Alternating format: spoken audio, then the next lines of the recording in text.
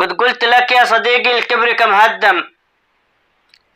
أقوام كانت شموخه كالجبال الراسية.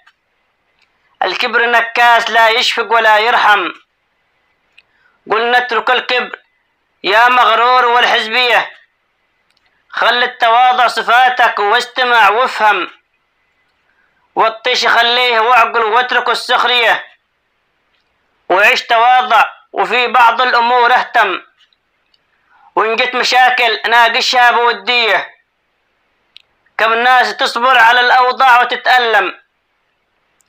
تساير الوضع بالخطة الخماسية. تغنم وتفهم شروط العز له ملهم. تعيش مع الوضع بحنكة وحرية. واحذر من ناس لا تفهم ولا تعلم. لا فيه كرامة ولا عزة وحنية. واحذر من ناس لا تفهم ولا تعلم. لا فيه كرامة ولا عزة وحنية. وسلامتكم.